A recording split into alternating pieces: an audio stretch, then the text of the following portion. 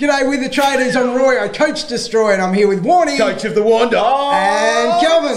Coach of Kelvin, Nate. After a long pre-season, boys, we're finally here. Lockout week. And about because, well, we've only got a few days left to get our teams locked in and be ready for the 2021 fantasy season. We've got our Fantasy Classic side reveal here today. The combined traders team, which I know a lot of people are going to be playing against us in their leagues. So we've put our heads together. We have. To spend our $13 million, the best that we can, in what we probably have, would we all agree, one of the most challenging years of putting teams together? 100% Warn Dog, and I've been given the job of the back line. All right. Rightio, so here we go. Kicking off with Rory Laird. We've got Tom Stewart in there as well. Yep. Now, he got injured last year on 17. Now, Roy, if I take that score out, and I'm allowed to do that, he would have averaged 102. So a bit of value there. Doc is going to be awesome. And Jordan Clark, after his 135 in the Amity Community Series, he's there as well. Now, the only issue with our defenders is there's not many rookies. No. There's none. Well, there's a couple on the bench that might play. So we're just going with one on the field in that line. So but we've projected there, Cal, a couple of guys there. Kaziski will play, I think. He's the biggest lockout of them all. Agree. Iden will play, but you wanted to put him there as our D6.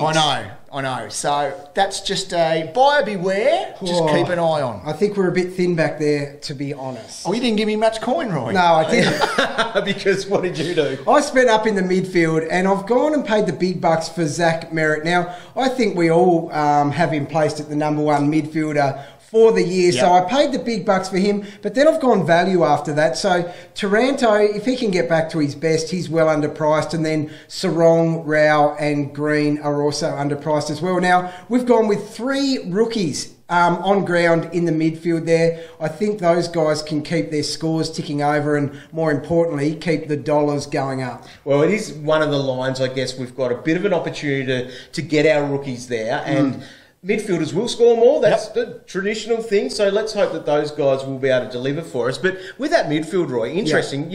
We've spent up there with Zach Merritt, but then it's like, I guess, guys with value. So Taranto, he's almost 20 points underpriced from what he did 2 years ago. But Sarong, Rao, Green, you're looking for breakouts, which is often unlike you with what you do. Yeah, I know, but I think those guys tick all boxes. They're going to be little piglets one day, and I think they're going to take a huge step towards that this year. Well, we weren't able to do too much with our ruck line. Roy wanted us to do a bit with it, and that was to go very cheap by having an R2 that was 170k, but Cal and I, we stepped in and said, we need to go the two big boys there with Gawn and Grundy. And Cal, you whacked the C straight on Max Gawn. Mate, he has his first three games up against those rookies that you want to play. He'll monster them. He will. Yeah, so it's a pretty simple one. But looking at our ruck line, I suppose, with the rookies there, we've got Matt Flynn there as our R3. Roy, you've got him as probably the best of the I think he'll be around for 10 weeks. Yeah. Right. So I think he's a very safe emergency. So he'll do his job as a cash cow. Lloyd Meek, you've got him there as our utility. So we got rid of that R4 spot a few years ago, and we need it. now we need it. But Paul Hunter not there? What are you thinking about that? I tell you what, Hunter's the one that I wanted to be starting on the ground, to tell you the truth. So I don't mind Hunter in there. I don't know how long he'll be around for, but I think he's going to be a capable 60. And from a rookie, that's pretty good at 170. All right, well, my turn to have a look now at the forward line. And up forward, see, I don't have Josh Dunkley in my side. I didn't go the big boy. I've got Tom Phillips as my F1. So having the coin here to do this actually changes the way that we're thinking. This is probably not what any of our sides will look like at the moment. It's a mixture of everyone. So Dunkley at F1 with Tom Phillips, who is my F1, at F2 there.